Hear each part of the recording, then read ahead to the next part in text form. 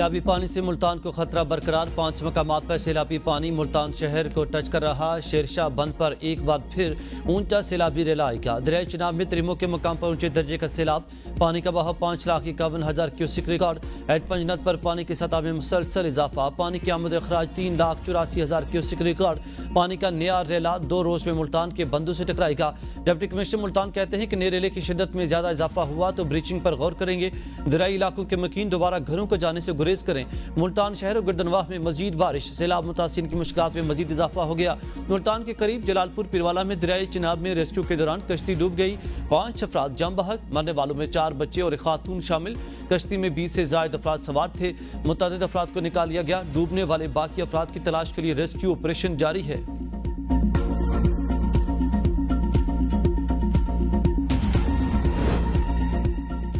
علی پور کے موضوع عظمت پور میں حفاظتی بند ٹوٹ گیا، پانی بستیوں میں داخل، متعدد دیہات زیر آب آ گئے۔ ایک نوجوان کے جاں بحق ہونے کی اطلاعات۔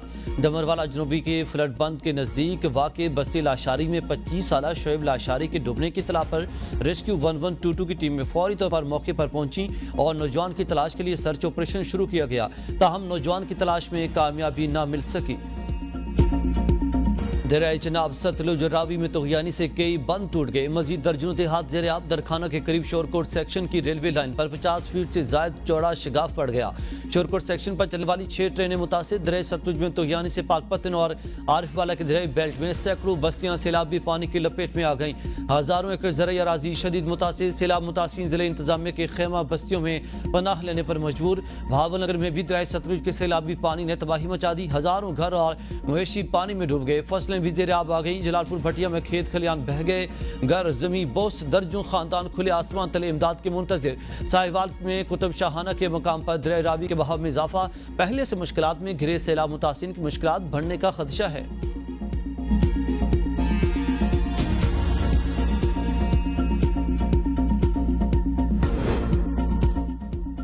گجرات کے کئی علاقے مسلسل 4 دنوں سے زیر آب، کاروبار زندگی معطل، 4 روز سے تعلیمی ادارے، سرکاری دفاتر، بازار اور دکانیں بند، گاڑیاں بند، کشتیوں اور ٹریکٹر ٹرالی پر سفر، شہری گھروں میں محصور ہو کر رہ گئے۔ وزیر اعلیٰ پنجاب کے نوٹس لینے اور دورے کے باوجود صورتحال بہتر نہ ہو سکی۔ سول انتظامیہ کی ناکامی کے بعد پاک فوج نے کنٹرول سنبھال لیا۔ ضلع انتظامیہ اور واسا اور جہلم سے بلائی گئی ٹیموں کی جانب سے 4 دن سے جاری کوششیں مؤثر ثابت نہ ہو سکیں۔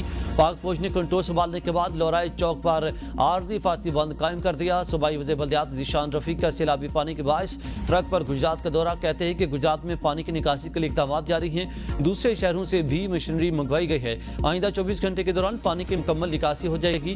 وزیر اعلیٰ پنجاب نے گجرات میں سیوریج نظام کی بہتری کے لیے 20 ارب روپے کی منظوری دی ہے، انڈر گراؤنڈ واٹر ٹینک بھی بنائے جائیں گے، متاثرین کا ممکن مدد کی جا رہی ہے۔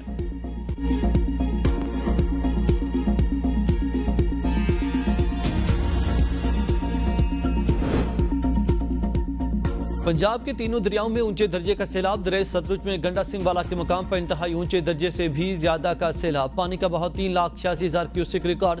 ہیڈ سلیمان کی اور پنجنت کے مقام پر اونچے درجے کا سیلاب، دریائے راوی میں شادرہ کے مقام پر اونچے اور بلوکی اور سدنوئی کے مقام پر انتہائی اونچے درجے کا سیلاب، دریائے چناب میں چنیوٹ کے مقام پر اونچے اور تریمو پر انتہائی اونچے درجے کا سیلاب۔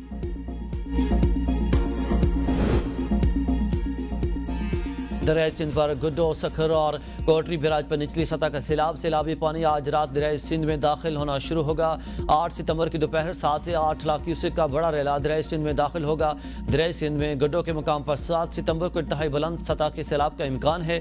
وزیر اطلاعات سندھ شرجیل انعام میمن کہتے ہیں کہ حکومت سندھ پانی کے اتار چڑھاؤ کی صورتحال کی مسلسل نگرانی کر رہی ہے، عوام کی جان و مال کے تحفظ کے لیے مکمل الرٹ ہیں۔ پاکستان میں بارشوں اور سیلاب سے جاں بحق افراد کی تعداد 900 سے تجاوز کر گئی۔ ملک میں اب تک 907 افراد جاں بحق اور 1044 زخمی ہوئے۔ پنجاب میں بارشوں کے باعث 223 افراد جاں بحق اور 654 زخمی ہوئے، جبکہ خیبر پختونخوا میں 502 افراد جاں بحق اور 218 زخمی ہوئے۔ سندھ میں بارشوں کے باعث 58 افراد جاں بحق اور 78 زخمی ہوئے، جبکہ بلوچستان میں بھی 26 افراد جاں بحق اور 5 زخمی ہوئے۔ گلگت بلتستان میں بارشوں کے باعث 41 افراد جاں بحق اور 52 زخمی ہوئے، جبکہ آزاد کشمیر میں 38 اور اسلام آباد میں 9 افراد جان کی بازی ہار گئے۔ NDMA کے مطابق بارشوں سیلاب کے باعث اب تک 7,848 مکانات کو نقصان پہنچا، جبکہ اب تک 6,180 مویشی بھی ہلاک ہو چکے۔